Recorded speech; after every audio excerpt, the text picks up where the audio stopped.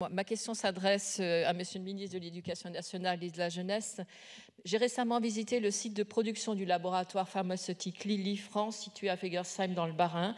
Il rassemble plus d'1 millier de salariés qui produisent des médicaments exportés dans le monde entier.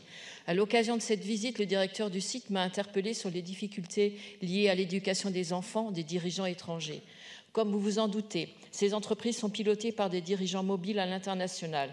Le directeur qui m'a accueilli, natif d'Italie, a ainsi géré le site de production de Suzhou en Chine après plusieurs missions en Italie et aux États-Unis. Cette mobilité est un challenge pour les familles, en particulier pour les enfants dont la scolarité est morcelée par la force des choses aux 4 coins du globe. Jusqu'à présent, le gymnase Jean Sturm, un établissement privé strasbourgeois, proposait un cursus international. Il était publicité par les chefs d'entreprise qui trouvaient ainsi la garantie de la continuité du parcours scolaire de leurs enfants. Cela participait à rendre l'écosystème alsacien accueillant aux talents étrangers. Malheureusement, le gymnase a décidé de fermer cette section.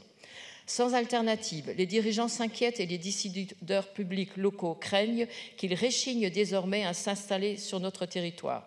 Outre la dégradation de la continuité pédagogique pour les élèves, cette fermeture dégrade l'attractivité du territoire, menaçant l'implantation industrielle des grands groupes transnationaux et, in fine, le nombre d'emplois et la compétitivité de notre région. Afin de préserver l'attractivité de la métropole strasbourgeoise, je souhaite donc connaître les alternatives que propose localement l'éducation nationale afin d'assurer une scolarité à vocation internationale à ses élèves. Je souhaite vivement que ces alternatives puissent être renforcées afin de ne pas décourager les industries de pointe de s'installer en Alsace. Je vous remercie. Merci Madame la députée. Madame la ministre. Merci Monsieur le Président. Messieurs les députés, Madame la députée Buffet.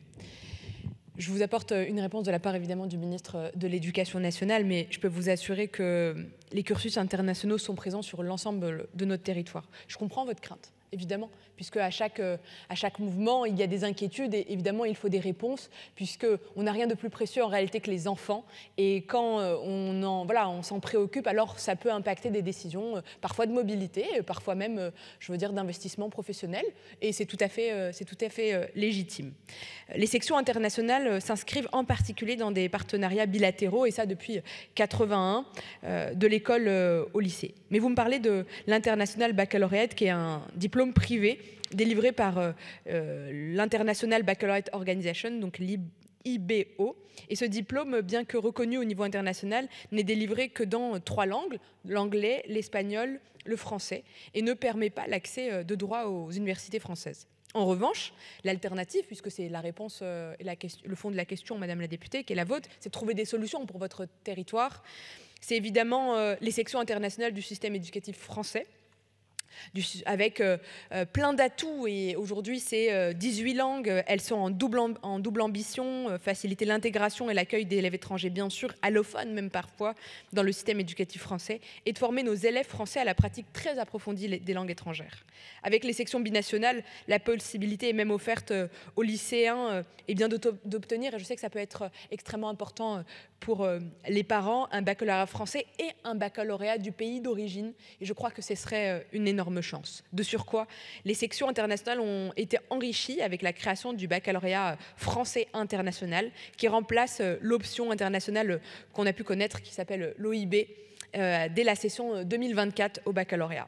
Le BFI, donc le baccalauréat français international, constitue un parcours d'excellence linguistique bien sûr, renforcé avec une ouverture culturelle, et ça se décline par des parcours de bilinguisme, de trilingue, mais aussi qui permet, au-delà de la maîtrise de plusieurs langues, un très très bon niveau et qui répond à la forte demande des familles.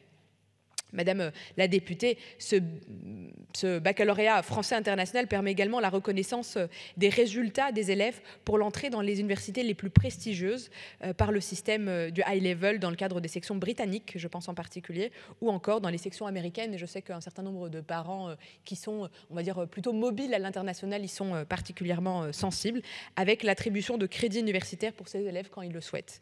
La souplesse d'ouverture du baccalauréat français international permet de répondre répondre plus particulièrement à une demande là où elle s'exprime. Et je pense que dans le Bas-Rhin et dans votre territoire, Madame la députée, c'est peut-être voilà, une réponse qui peut être précieuse et attractive en termes académiques pour les hommes et les femmes qui peuvent alimenter l'énergie de votre territoire. À ces sections s'ajoute la création à partir de la rentrée 2023 de 3 nouvelles sections, une à Mulhouse en langue britannique et 2 à Strasbourg en langue arabe et portugaise. Ainsi, les conditions de scolarité internationale qui visent à compenser la fermeture évoquée sont proposées à l'échelon local. Évidemment, Madame la députée, nous restons à vos côtés pour apporter les réponses les plus précieuses, les plus judicieuses et les plus fines sur votre territoire. Je vous remercie.